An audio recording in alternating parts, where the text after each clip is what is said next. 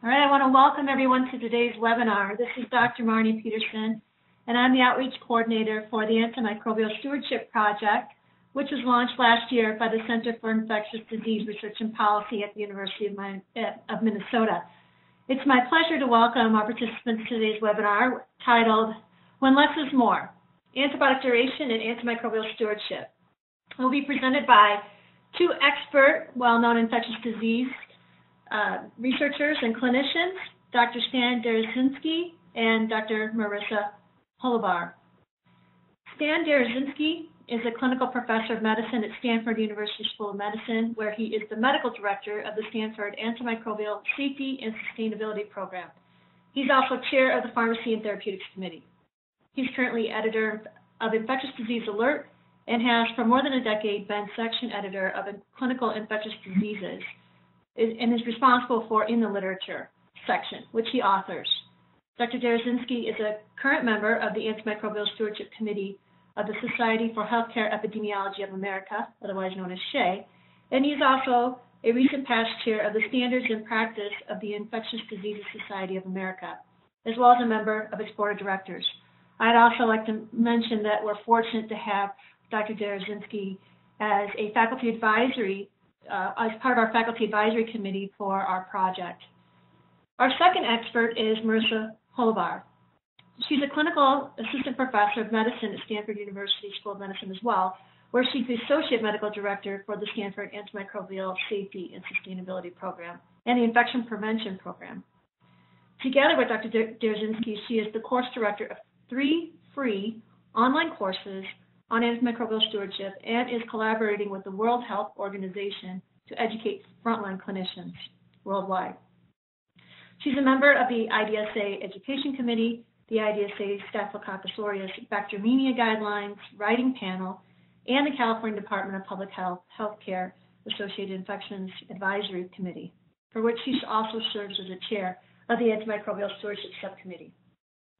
She has numerous previous experiences that also include working at Moi Teaching and Referral Hospital in Kenya. So I'd like to welcome these two experts. And before they begin their presentation today, I have a few comments to our participants about how they can engage with these two experts. We encourage you to submit questions. You can do this throughout the presentation via writing in the chat box that's in the lower right-hand side of your screen there. And you can send them to all panelists, so they will be both able to see your comments that you would like to ask of them. With that, I'll turn it over to Dr. Deresinski and Dr. Holubar. Thank you. I'll begin. Marisa will come on soon. And as you see, the title here has to do with the things we know about the appropriate duration of antibiotic therapy. You know, it's clear that not only do clinicians frequently prescribe antibiotics when they are not indicated, they often continue them for much longer than is necessary. We're going to focus on information that addresses the appropriate duration of antibiotic administration with an ultimate aim in many patients of shortening antibiotic duration and its associated adverse effects. But I need to say that sometimes sometimes antibiotic therapy can be too short a duration. And this is probably the example of actually the first patient treated systemically with penicillin for an infection and the consequence of shortened duration, which actually was precipitated by perhaps the first antibiotic shortage. Albert Alexander was a 43-year-old constable in Oxfordshire, England. He scratched his face with a rose thorn in December of 1940 and developed a facial infection, which was reported to be due to both Staph aureus and Streptococcus pyogenes. He became progressively worse, and he was described on February 12th of 1941 as being near death with pus oozing from everywhere. He was administered penicillin. The only person it had been given to previously was a single dose to a woman with terminal breast cancer as perhaps the first phase 1 antibiotic trial. She actually had a reaction to it, which was thought to be due to impurities. At any rate, he was given penicillin in amazingly low doses, 200 milligrams, then 100 milligrams every 8 hours, and had dramatic clinical improvement. However, after 5 days, they ran out of the penicillin. Interestingly, they had been recovering it from Albert Alexander's urine and recrystallizing it, and this was given to another patient subsequently. Unfortunately, after they ran out of the penicillin, the infection relapsed and the constable died. So sometimes short duration is too short. And another lesson is that antibiotic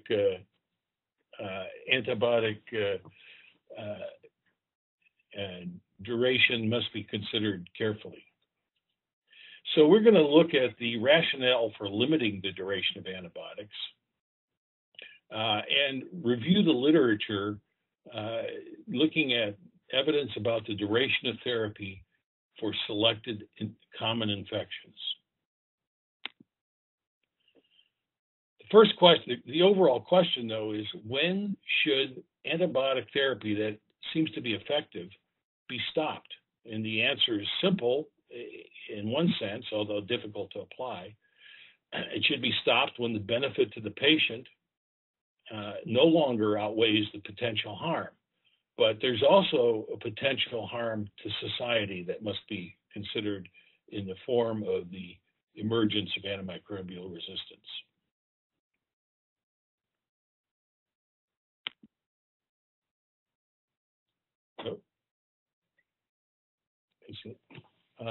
So what are the harms of inappropriately prolonged antibiotic therapy?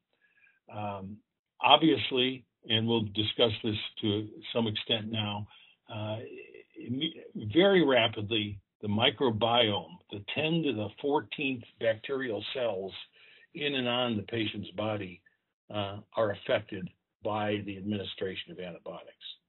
And among the effects, of course, is the selection of antimicrobial resistance. There are other more direct harms, including cost, but also the adverse events that might not have occurred if the antibiotic had been discontinued at an appropriate time. Now, one way of thinking about this is the concept of the mutant selection window in terms of what's happening to the bacteria when they're exposed to antibiotics. This is clearly an oversimplification, but nonetheless, it provides a useful framework to think about what's going on when we give antibiotics. And remember, although this concept was designed to look at individual organisms, that is the target organism. For instance, if you're treating pneumococcal pneumonia, it would look at pneumococcus after exposure to, say, a fluoroquinolone.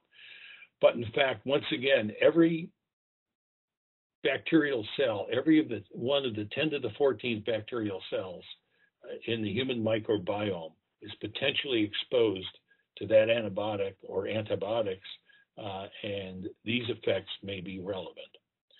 So what you see here is a serum curve after single dose administration of an antibiotic, and a couple of measures. One of which we're all familiar with, the MIC, or the minimal inhibitory concentration, the lowest concentration capable of inhibiting the growth of bacteria in vitro.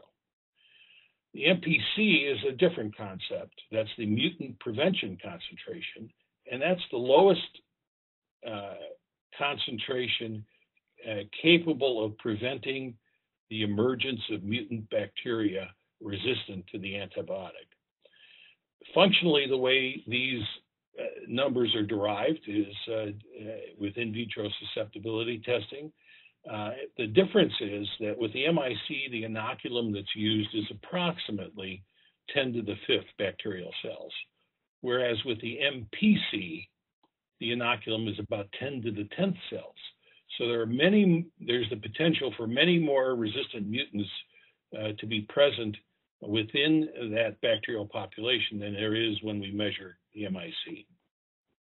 And there are probably two factors that affect the likelihood of selection of resistance. One is the ratio of the MPC to the MIC, but the other is what is called the mutant selection window, which you see outlined by the two horizontal dashed lines. And it is during that time when the antibiotic concentration is within that window that resistance is likely to be selected. This illustrates this to a somewhat greater extent. If we start with the bottom curve, with that antibiotic never reaching the MIC, the selective pressure for emergence of mutants is not absent, but it's quite low, as evidenced or illustrated, I should say, by box A, where the red cells represent resistant bacteria. On the other hand, if we look at box C, during the time the antibiotic concentration is above the MPC, presumably no bacteria should be growing unless there are mutants, very high level mutants, and then the MPC would have been inadequately determined. And it's really within that mutant selection window that where there is high risk of selection of resistance. Now, we can't avoid going through the mutant selection window by the serum decay curve. One way, I suppose, would be to provide continuous infusion of an antibiotic at a concentration achieved in serum well above the mutant prevention concentration. But we don't do that, and what we do is we give antibiotics repetitively, and this is simply an illustration with the same slides, just to focus on the concept that every dose we give of an antibiotic, we cycle through that mutant selection window, and with this stochastic process of selecting mutants, that risk is increased with more prolonged duration of antibiotic use. And that's a major reason, at least theoretically, why shortening duration of antibiotics is important.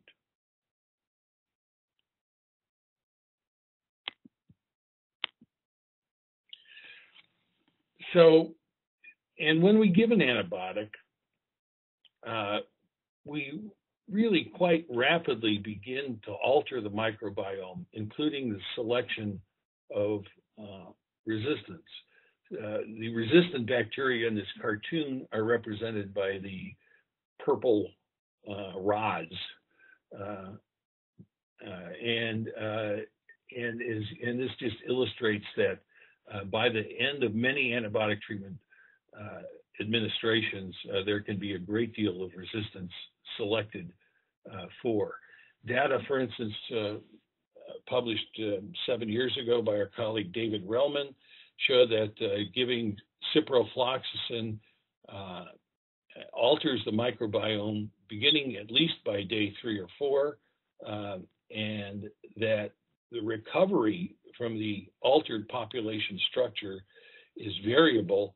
In some individuals, it can occur within a few weeks. In some, it can last for a year or more. And that persistent alteration can have a number of effects, including carriage of drug-resistant organisms.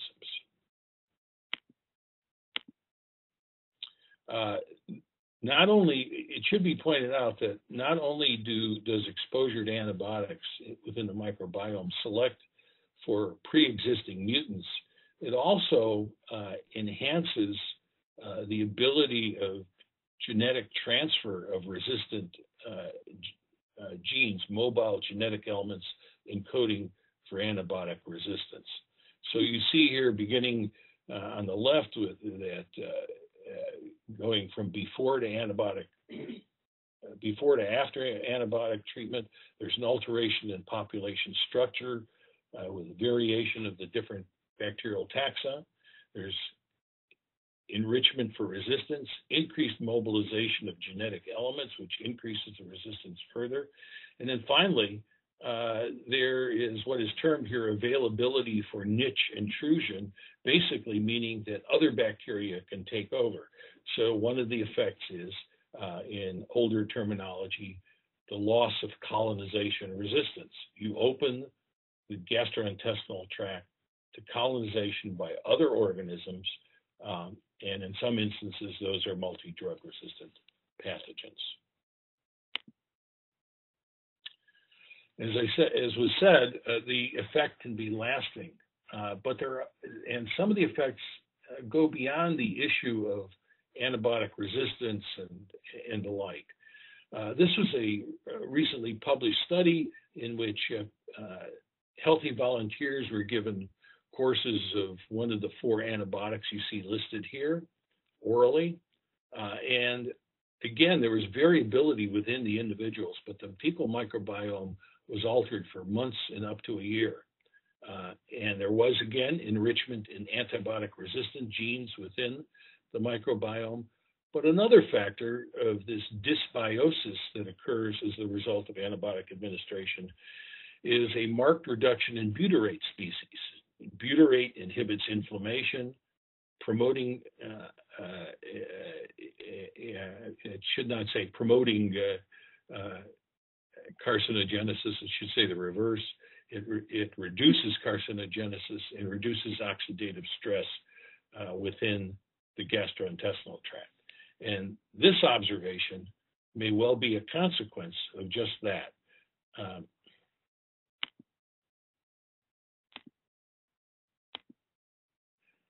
This is from the Nurses' Health Study, from which innumerable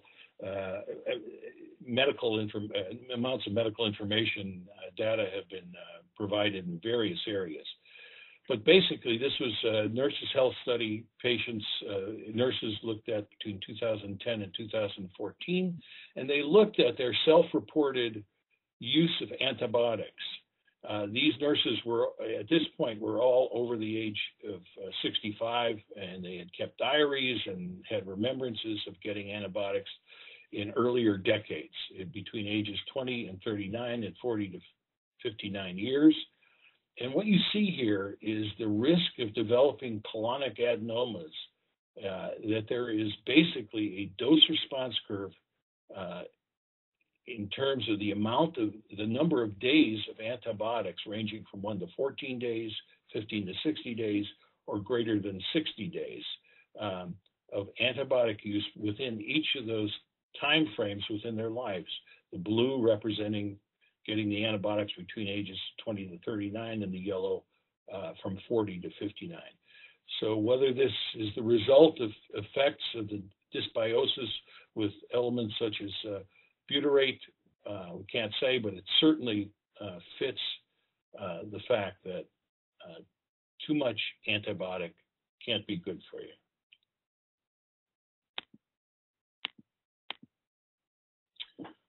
And now I'm going to turn this over to Marisa, Dr. Holubar. Okay, so now we're going to change gears and review some of the evidence that supports the recommended durations of therapy for common infections. Let's start with community-acquired pneumonia. So much of current practice regarding the duration of antibiotic therapy prescribed for lots of common infections is driven by expert opinion, maybe predominantly by the experts clinicians have worked with over the course of their training. And this study that was published in 2010 suggests something similar.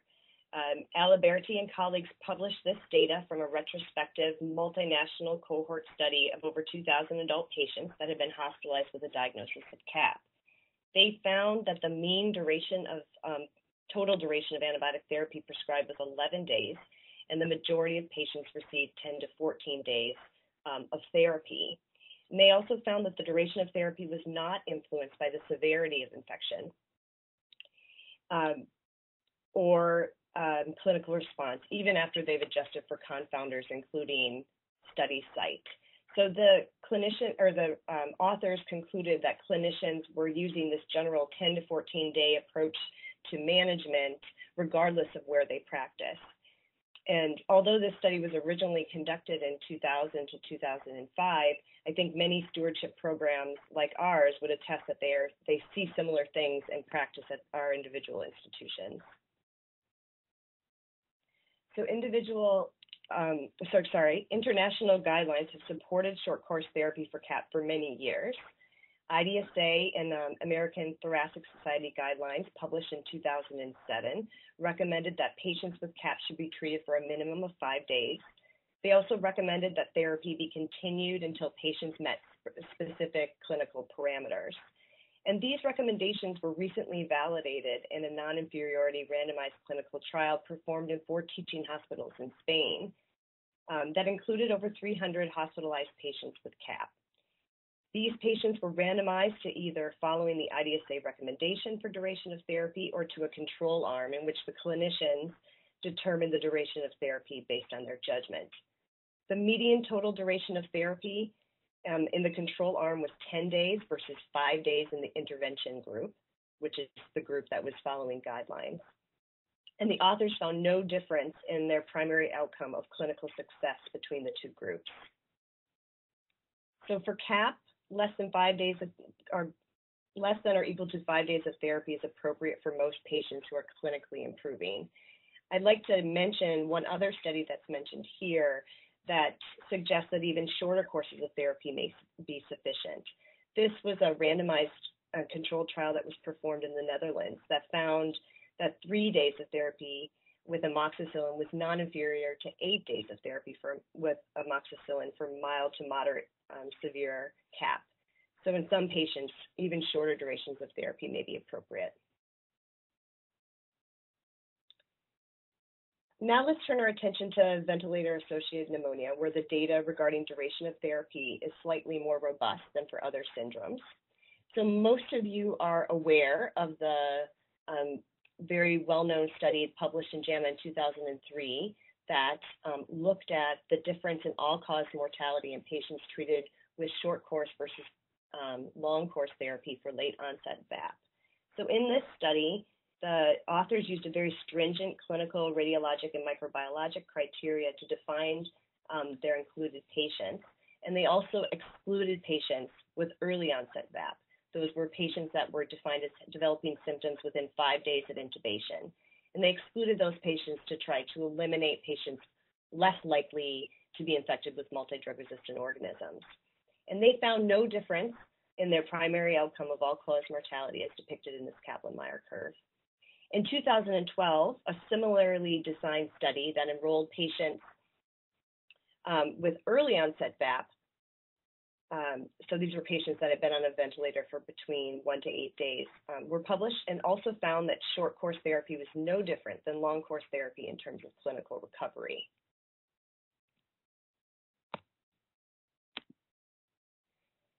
One clinical issue that's often debated regarding the duration of therapy for VAP is infections due to non-lactose fermenting gram-negative rods. So in the 2003 JAMA paper that I just reviewed, the authors reported no difference in overall microbiologically documented recurrence rate between the short and the long duration of therapy groups. However, they did find that more patients with primary infections due to non-lactose fermenting gram-negative rods, the most common of which was Pseudomonas, developed recurrence if they were treated with 8 days of therapy compared with 15 days of therapy. It is important to note, though, that those patients that developed recurrent pulmonary infections, multi-drug resistant pathogens emerged less frequently in the short course group. So these patients who were treated with short course therapy were more likely to have microbiologically documented recurrence, but they were less likely to be infected with drug resistant pathogens. Since this paper, some observational studies have suggested that short course therapy may still be sufficient for some patients that are infected with non-lactose fermenting gram-negative rods. And there is an ongoing randomized controlled trial, again being performed in France, that's assessing the impact of duration of therapy on clinical outcomes in patients with VAP secondary to Pseudomonas, and this may inform our practice. For some patients, just like in the study I mentioned before about CAP, for some patients with VAP, even a shorter course of therapy may be appropriate. This is a recently published retrospective study in which the authors identified over 1,000 consecutive patients who were started on antibiotics for possible VAP and who had minimal or stable vent settings. So about 250 of these patients were treated with 1 to 3 days of therapy versus the rest of the patients that were treated with greater than 3 days of therapy. And they found no differences between the groups in terms of time to extubation, death, or time to discharge. So this suggests in relatively stable patients, short durations of therapy may be appropriate. It also suggests that in many of these patients may not have actually had true ventilator-associated pneumonia, but this is really applicable to real-world circumstances. So for VAP, the conclusion with present data is that less than or equal to 8 days of therapy is appropriate for most patients, with less than that being appropriate for some very stable patients, and that there is, of course, data that is forthcoming regarding the duration of therapy for Pseudomonas VAP. One tool that has proved to be useful in determining the duration of therapy in VAP is procalcitonin. So this is a biomarker that is a precursor molecule of calcitonin and is widely considered to be a valuable biomarker for the diagnosis of bacterial infections. I think most of the audience is probably quite aware of this biomarker. This is specifically true for VAP in terms of its utility because its levels are correlated with outcomes. What I've shown here is just one of many studies that looked at the use of procalcitonin in de-escalation of therapy. And this one is called ProVAP. It was conducted in ICUs in Switzerland and Massachusetts and included patients that were diagnosed with VAP, and they randomized them to one of two approaches. One approach was duration of therapy determined by clinician discretion, and the other was duration of therapy determined by a clinician following some sort of procalcitonin de-escalation pathway that provided advice to clinicians about what to do based on what the procalcitonin level was. They found that the median antibiotic-free days was significantly less in the group that was being managed by clinicians aware of the procalcitonin value compared to those that were not.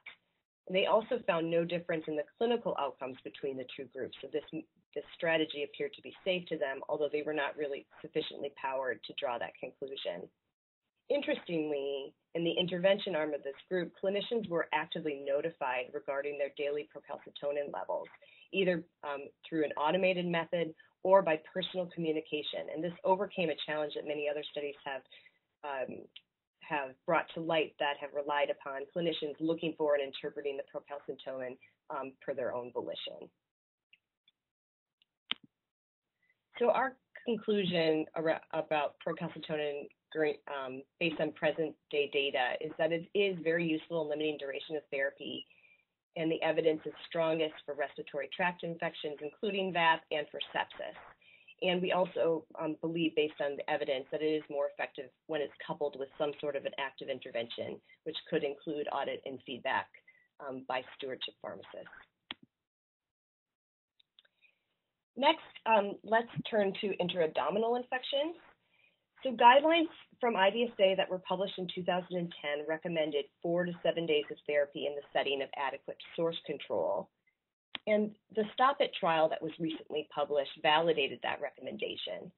So in this multi-center study, about 500 adult patients with complicated intra-abdominal infections and adequate source control were randomized to either the control arm, and in this group, they received antibiotics for about 2 days after the resolution of clinical signs for a maximum of a 10-day course, or they were randomized to the experimental arm. So this is a group that received a fixed course of antibiotics of 4 plus or minus 1 day, and this is the experimental arm.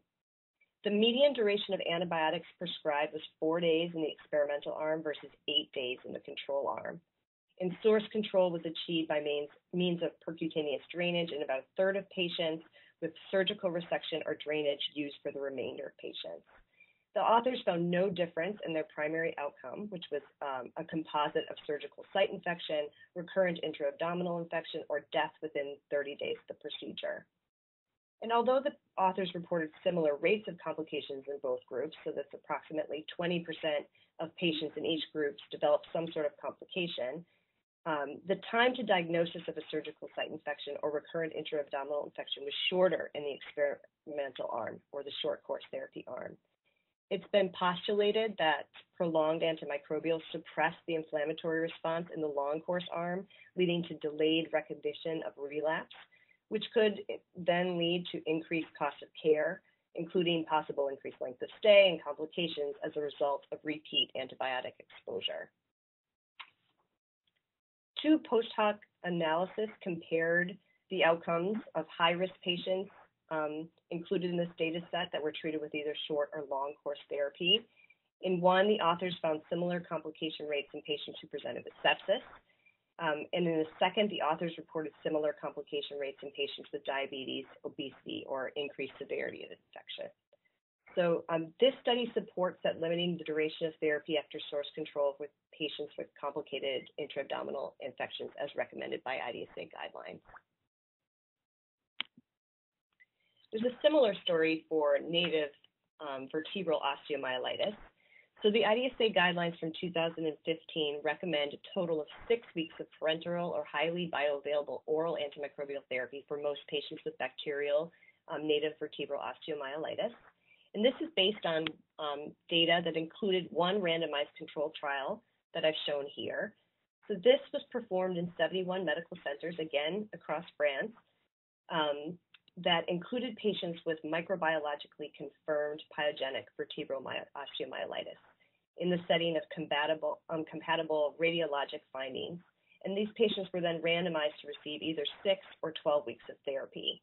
Important to note that they excluded patients with vertebral implants, recurrent disease, or any patients that had non-bacterial infections or negative bone cultures.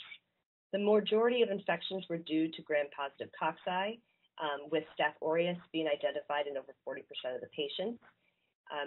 Very few of these patients were infected with methicillin-resistant Staphylococcus aureus.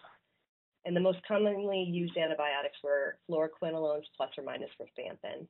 And the authors found no difference in their primary endpoint, which was the proportion of patients who were cured at 1 year. There's been some debate after this study was published. They did not show a non-inferiority for short course therapy in some subgroups that are considered to be vulnerable, including elderly populations and those with diabetes, but this was primarily due to limited power, so the question is still out there for those groups. And most of this population included did not have an associated abscess, so some have suggested that this population was a little healthier or less ill than other populations. But overall, this study supports the IDSA guidelines and observational studies that 6 weeks of therapy is appropriate for many patients with pyogenic native vertebral osteomyelitis. So surgical prophylaxis accounts for about 15% of all antibiotic agents prescribed in hospitals. So perioperative antibiotic prescribing patterns then can be a major driver of the consequences of antibiotic misuse that we all know well. There were joint guidelines that were published in 2013 from the American Society of Health System Pharmacists, IDSA, and others, who recommended that post-op antibiotics be limited to less than or equal to 24 hours post-closure of a surgical site. And this is based on a body of evidence that we don't necessarily have time to discuss today, but it is robust. But we noticed recently that these guidelines that were published from the American College of Surgeons and the Surgical Infection Society took it a step further and said that antibiotics should be discontinued at the time of incision closure for most procedures, with the exceptions listed here. So this is a really important evidence for stewardship programs that are working with surgeons at their individual institutions And our conclusion is that most surgical prophy should be limited to pre and peri-op dosing. We focused upon randomized controlled trials in this talk today. However, many IDSA guidelines do provide recommendations for duration of therapy to guide practice based on slightly less robust evidence. But this at least does guide practice in some form. We've compiled the durations of therapy suggested by guidelines for some uncomplicated bloodstream infections here. And important to note that the catheter-related bloodstream infection and the MRSA guidelines are in the process of being updated. It's also important to note there are ongoing randomized controlled trials that are listed here. One is called the BALANCE trial in Canada that is including randomizing patients with bacteremia to either 7 or 14 days of therapy across many different ICUs. And another is a randomized controlled trial in Israel that is looking at 7 versus greater than 7 days of therapy for gram-negative rod bacteremia, which has been addressed in many observational studies. This is another table that compiles all of the recommendations from recent IDSA guidelines regarding urinary tract infections. I won't go through them all here, but it's important to note that for uncomplicated cystitis in women, there's actually really good evidence to support the durations of therapy here based on randomized controlled trials, and that the CAUDI guidelines are in process of being updated.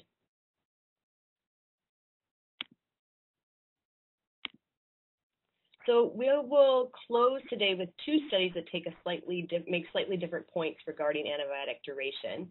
The first is this study that was performed in children. So acute otitis media is the most frequently diagnosed illness in children in the U.S. and the most commonly cited indication for antimicrobial therapy. For this reason, there's been a big push within the pediatric community to withhold antibiotics from large subgroups of patients with acute otitis media. But evidence has supported that routine use of antibiotics in young children under the age of 3 is associated with better outcomes. So this group tried to determine if a short course therapy would be as effective as a longer course therapy for these patients. Again, this population, like the VAP studies that we discussed before, included patients that were diagnosed with acute otitis media per pretty stringent criteria. And they found that the clinical failure rate was higher in the short course group compared to the long course group. So shorter is not always better. We can't conclude based on the data that I've provided so far that shorter is always better for the patients. And we'll close with this. So we opened with an example of therapy duration being determined essentially by drug shortage that illustrated that short course therapy for Albert Alexander was clearly not enough. And we'll close, though, with this example of therapy duration also being limited in part by circumstances, but with good results. So this is a randomized trial that compared single-dose ceftriaxone to single-dose chloramphenicol, which was standard of care, for epidemic meningococcal meningitis. And the authors found no difference in treatment failure rates, their primary outcome, between the 2 groups.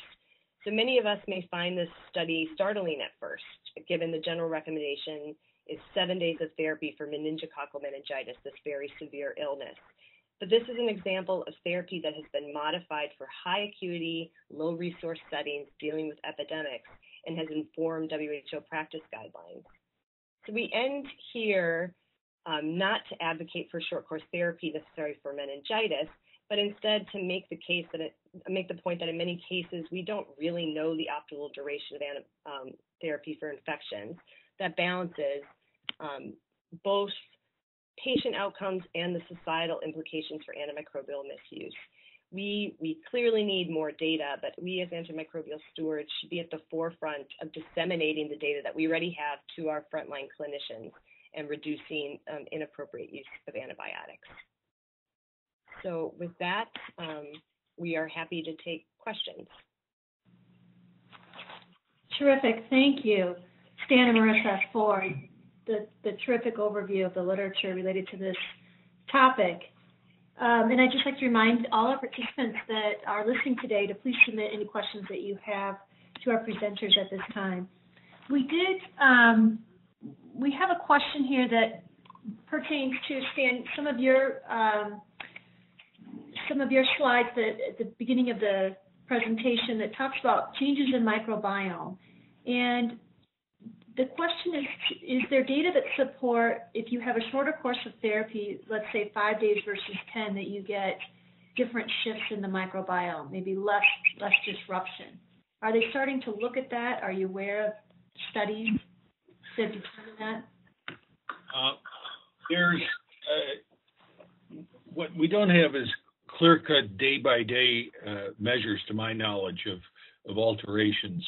But we do know that there is some evidence that longer duration affects the microbiome more. And for instance, in the study I referenced earlier by our colleague David Relman, they gave a small number of people ciprofloxacin, a course of ciprofloxacin, and followed their microbiome, and then repeated the course 6 months later. And what they found was that some of the people hadn't fully recovered by 6 months, but the effect of the second course, which was, as I said, 6 months later, appeared to be more profound than the first course. So we don't have a clear day-by-day accounting of exactly what's going on in the microbiome, to my knowledge, in that regard. So some of this is presumptive, but I think that it likely would be found to be true that more extensive exposure would have more profound effects over time. But I did mention earlier that you do see effects within 3 to 4 days. So I'm wondering, both of you are leaders within your antimicrobial stewardship program. So based on the literature, supportive literature you presented today, how are you implementing some of these practices? Are you using, do you have guidelines within your institution where you're trying to shorten the course of therapy? I think the answer is yes, and a work in progress in many cases, as I think many stewardship programs would also say is the case for them. We are including duration of therapy in clinical pathways and also including it in our education that we provide either in large forums or on an individual basis when we do audit and feedback. There's other groups that have explored including duration of therapy in terms of reminders to clinicians using the electronic health record. One particular thing that we're exploring at Stanford is using the transition of care to determine when patients are getting ready for discharge that they're actually receiving the appropriate duration of therapy.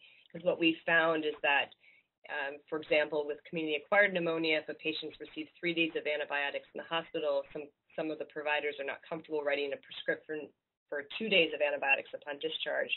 They write this 5 to 10 day prescription, and our transition of care pharmacists are able to catch that and then provide some education to the clinicians. I think other things that work are antibiotic timeouts, which I know a lot of programs are struggling with how to implement. One way that has been done is using the electronic health record at the VA, and we've explored using what's called best practice alerts or pop-ups within EPIC, which is the electronic health record that we use, to at least remind patient providers when they have empiric therapy to reassess the utility of therapy for that particular patient, and also then to determine the duration of therapy they expect based on 48 to 72 hours after admission in the patient's clinical presentation. Jan, do you have anything else to add? No. Great. Yeah, I think that's a major. I think this topic will continue to be important, and then of course having the assessment tools in place so that you're showing that you're having the desired effects with the shortened course of therapies, and will probably be an issue within a lot of stewardship programs as they try to implement. So a question from one of the participants is related to also selection of antimicrobials, particularly for gram-negative bacteremia, and wanting to know if you feel comfortable with 7 days, with a shorter course of therapy, 7 days, with a beta-lactam as you would with the fluoroquinolone, or another option. Does it depend on your selection of antibiotic as to whether you can go with a shorter course of therapy? No, I think it depends on the patient. Okay. I think it depends on whether there's an associated deep-seated infection that might require more prolonged duration, the deep-seated source of the bacteremia. But it certainly depends on the clinical response of the patient. And for instance, with urosepsis, I think it's seldom that you would require more than 7 days of bacteremia. Now, we're sometimes confounded because some patients with severe pyelonephritis may have quite prolonged persistent fever before resolution while on antibiotic therapy, and most of us would be reluctant if the patient was still febrile at day 5 to discontinue at day 7, although it's probably perfectly okay. But so it really, sometimes it's important to look at the patient. Great, and to that point too, Marisa, you brought up the use of the diagnostic tool of procalcitonin to help guide therapy as well, specifically in VAP. But are there other, are you using that fairly frequently in your practice? Are there other disease infections that you find it to have a lot of utility? Go ahead. Or Stan, yeah. We both looked at each other because we wrestle sometimes with implementation of use of procalcitonin here, but there's definitely a lot of use of procalcitonin, and we have a couple of interested trainees that are looking at the best ways to implement the appropriate use of procalcitonin.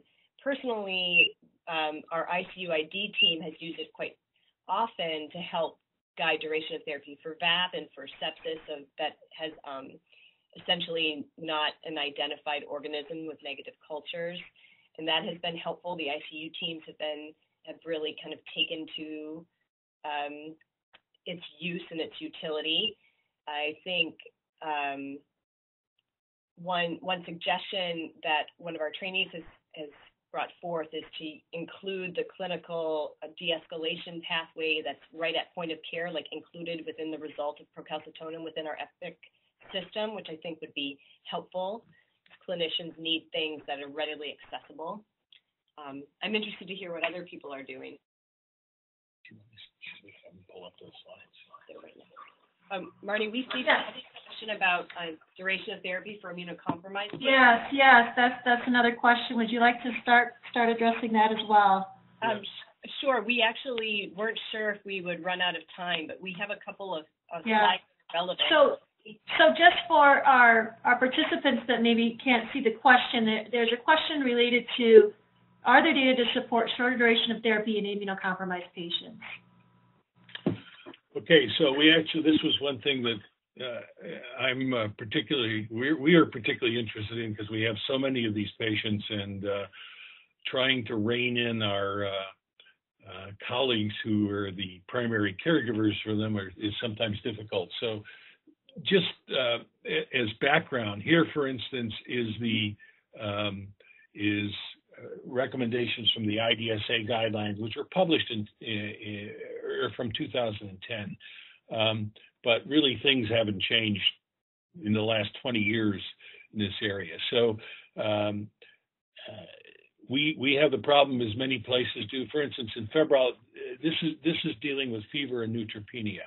And the recommendation is that you shouldn't start vancomycin unless there's an indication, but we, like many places, have difficulty convincing our hematology colleagues that that's appropriate. So there are a lot of patients who get started on vancomycin, but the guidelines specifically recommends that if there's nothing after 2 days of microbiological incubation or other testing to indicate the need for vancomycin, it should be stopped, and with a fairly strong recommendation. So that's one element dealing with this.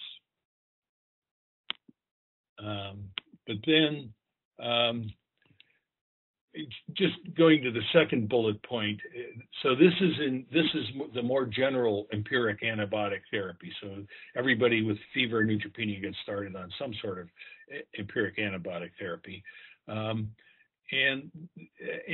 the tradition has been pretty much to continue that antibiotic therapy, even in patients with who never developed clinical or microbiological evidence of infection, to continue it until both fever and neutropenia have resolved. But in fact, this recommendation, although they don't define an appropriate treatment course, indicates that you can stop it, stop the parenterally administered antibiotics and switch back to oral fluoroquinolone prophylaxis. So part of the earlier part of the recommendations is that patients, and this is also true from the NCCN recommendations, is that patients who have anticipated durations of neutropenia should receive oral prophylaxis with, for instance, a fluoroquinolone. So this suggests you can stop the IV antibiotic therapy. And let me skip this. This is from the European recent. It's a little more complicated, so I won't get into it, because there actually was a paper presented at ECCMID in Vienna just, I guess, last week or the week before. This is a retrospective study in adults who were receiving allogeneic hematopoietic stem cell transplants and were neutropenic in the pre-engraftment stage and had fever. So fever and neutropenia pre-engraftment. They all received broad-spectrum antibiotics for at least 5 days. If, however, they were afebrile for 3 consecutive days, still neutropenic, but afebrile, they looked at 2 different groups. Practice with some clinicians was to discontinue the antibiotics and do what the IDSA suggested, which was switch to prophylaxis, or other clinicians continued the broad-spectrum antibiotics until neutropenia resolved. I keep clicking the wrong thing. I apologize here. And basically, there was no difference in outcomes, whether the antibiotics were continued or discontinued, despite the presence of neutropenia. So the recurrence of fever was basically the same in both groups, 14% and 19%. There was a decrease, of course, as one might suspect, in antibiotic administration, defined here as defined daily doses in the early discontinuation group. That's almost self-evident. But there was no overall significant difference in length of stay, ICU admission, mortality, need for re-escalation of antibiotic therapy. So basically, there was no adverse effect of this strategy, but there was a reduction in antibiotic use. So it seems like an effective approach to these patients, and some places are beginning to move toward this. But we still, if there's any group of patients that physicians are driven by fear in their prescribing, it's this group of patients. So implementing this as a general policy will undoubtedly be difficult. I'm sorry, that was probably a much more... no, that's terrific. I think that was anticipated, but... Yeah, I think it's terrific. It seems as if we need to have more data and studies become available such that those then can start to drive practice, give comfort to those making those decisions in practice, but also they start to inform the guidelines. Yeah, now it would have been very nice if they had done this as a prospective randomized trial, but you know, we'll take what we can. Another question that we have is, are you aware of evidence with the shorter doses of therapy? Not only are they seeing that the patients you're doing no harm, but are you aware of any studies that have looked at the fact that you potentially get less resistance while on therapy? Yeah, that was the case in the VAP study with that Marisa discussed, and there I'm blocking. I had it in my head a moment ago, and I'm blocking. But there are other studies that show the same thing. I know what I'm thinking. Was also in ICU pneumonias in surgical patients, published in 2000. The lead author was Nina Singh, in which they used the CPIS score, which is a score that isn't widely used now, but is meant to decide whether someone with a pulmonary infiltrate has pneumonia or not. Low scores meant that you likely didn't. And basically, she randomized patients who had low CPIS scores after 3 days of antibiotic therapy to stop or to continue at the whim of their clinicians, and they went on for a total of about 10 days. There was no difference in mortality or other clinical outcomes, but there was a significant difference, even though it was a relatively small study, in the incidence of superinfections with, for instance, Clostridium difficile, and also of resistant bacteria and of candidemias. So those are at least two studies that come to mind initially in terms of reducing antibiotic use or duration of antibiotic use, reducing selection of resistance and superinfections. Yeah, so there's other benefits that will occur as far as other changes within the normal flora and resistance while on therapy, that other benefits can occur as we start to understand the proper durations of therapy. And obviously we have to individualize this per patient. So I'd like to close with a question that kind of pertains to the future. And how do you feel is the approach to start to change the paradigm from the standard courses of therapy that are within many of our resources, drug handbooks, etc., guidelines? How do we start to change this paradigm towards shorter course of therapy going forward? Well, I think it's, as I say, with everything else, there's one element is education, but the other is altering clinician behavior. And more, I think that the use of the electronic health record to guide clinicians in that direction are important. I might add that I'm now part of a working group that hasn't met yet, but with HICPAC and the Infectious Disease Society of America, that the goal of which is to integrate stewardship principles into the IDSA guidelines. Because right now, by and large, they don't. They don't take into account costs of drugs, other issues such as that, and perhaps for good reason, because it actually turns out to be a very difficult issue. But I think that it'll be exactly questions like that that will be addressed by this working group. That's great. Thanks for sharing that. Marisa, do you have any final comments before we close? So I think to specifically answer your question for people in their institution is to try to make your institutional guidelines the go-to place for frontline clinicians making decisions. And if they use your guidelines instead of looking at other sources, perhaps that's one way to kind of change practice at your setting.